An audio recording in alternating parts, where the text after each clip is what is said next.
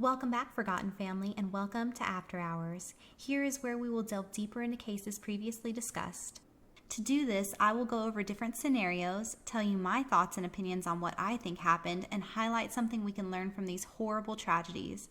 Before we get started, I would like to take a moment to show my gratitude for my tier. We're more than friends, we're family. Emily, JC, and Eric, thank you so much for your pledge. Because of people like you, I'm able to improve my podcast and keep this thing going. Please know you are greatly appreciated. Now, let's move on to Brandon Lawson. This case has numerous scenarios that people have gotten very creative with. I've narrowed it down to a few scenarios that people have questioned at some point. Scenario 1. Brandon was murdered by Kyle, a drug dealer, police, or a landowner.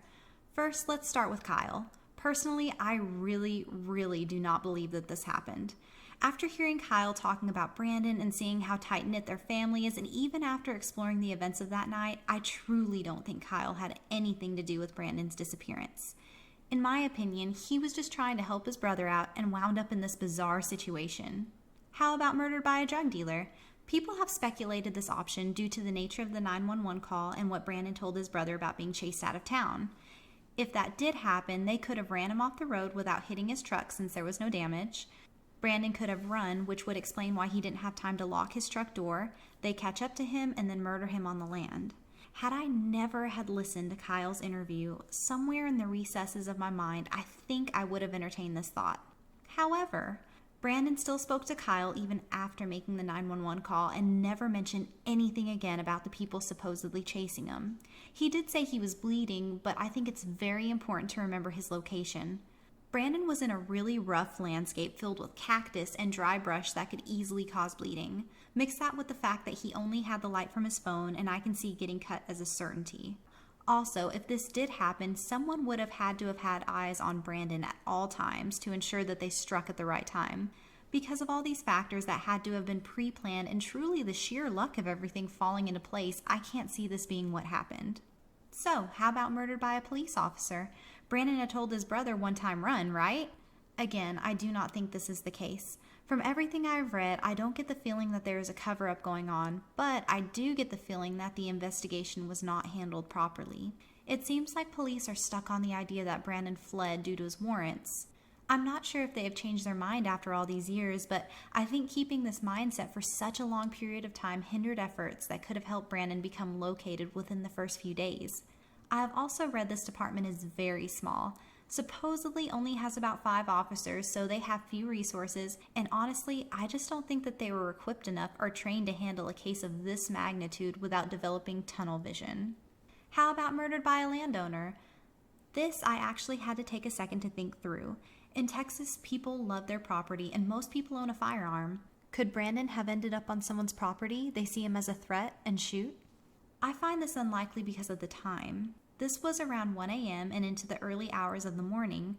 Homeowners most likely would have been asleep that early on a Friday. Even if Brandon made noise, he may not have even been anywhere near a house to be heard. Because of this, I think it's more possible than the other murder scenarios, but still unlikely. Scenario 2. Brandon fled and he has started a new life. Brandon could have just said, I'm done with all of this. I have a warrant and I don't want to risk going to prison, so I'll walk away from my life. Let's say the fight with Ledessa was his last straw. He pulls over and has to make it realistic, so makes all these bizarre calls. Then maybe he hitches a ride with a trucker to end up wherever to begin a new life. Again, I think this is highly unlikely. Brandon was very close with all of his family, parents, siblings, Ledessa, and his kids. I cannot see him just walking away from all that without ever contacting any of them again. Also, people have speculated this option because Brandon had talked about withdrawing his 401k. However, Ledessa said he never actually did that. It was just an idea. I don't think with how close Brandon was to his family, he could bear seeing them in so much pain in interviews and seeing the searches take place. I believe he would have reached out to at least one of them. The next theories are my personal opinion on what I think happened. I think Brandon was definitely high on methamphetamine the night he went missing. He had barely been home after staying with a friend in Fort Worth, and it seemed like he was acting erratic, enough for his mom and Ledessa to say he was flipping out.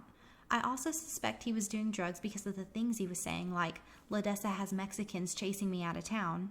I think Brandon was hallucinating and having delusions, and I truly believe that Brandon believed what he was saying. Ledessa had said that when he got high that he would say unusual things. I also think this because of the frequency of calls that night and how odd they were. Brandon called everyone multiple times all throughout that morning, stay on the phone for a second, say something weird, and then hang up. He also seemed to get really irritated with Kyle towards the end, which Kyle claimed was unusual for his brother. I think Brandon had every intention of trying to drive to his dad's house in Crowley, Texas, but wasn't paying attention to his gas tank and didn't realize he was running out of gas until it was too late. Shortly before running out of gas, I think his delusions started picking up and he really thought people were chasing him. He quickly pulls over and runs from the truck. He makes all of the calls that we heard, and I highly suspect one of two things happened. He overdosed that night, or in his panic he hurt himself bad enough to succumb to his injuries. Remember, Brandon hadn't used in at least 6 months. Maybe he took what he thought he could handle, but it was too much after a period of abstinence.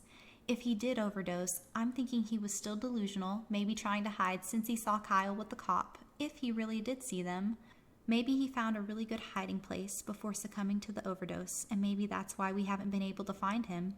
If he hurt himself trying to run, one possibility is he could have fell down an unfinished well or some type of hole, which would also explain being unable to find him. He also could have injured himself, succumbed to his wounds, and then the wild boar in the area could evade his remains along with other wildlife in the area. I honestly believe one of these things is what befell Brandon. When looking back at this case, it's important to remember that no one is perfect. Brandon was a good man. Yes, he was a felon, and yes, he was an addict, but he was loved, and for those who knew him, an all-around good human being who brought happiness to those he met. Loving an addict is not always easy, specifically a methamphetamine addict. The use of methamphetamine can cause symptoms such as anxiety, paranoia, vivid hallucinations, and even anger and aggression. As a loved one, watching someone you love going through this roller coaster of emotions can be heartbreaking. The best thing you can do for your loved ones suffering from addiction is offer reassurance instead of judgment or blame, gently encourage them to get help, support them, but be cautious and make sure to refrain from enabling. In the end, you must remember that seeking help is a personal decision, and the addict will only truly change their lifestyle when they come to the conclusion that it's time to seek help, when they are ready, not when everyone else wants them to be ready. It isn't easy. If you love an addict, your heart will break repeatedly, but don't ever give up hope, because that person is still there underneath the addiction, begging to be released. And one day, they'll hear your voice through the chaos in their mind and say, "Today is the day." Until next time, stay safe and keep your eyes open.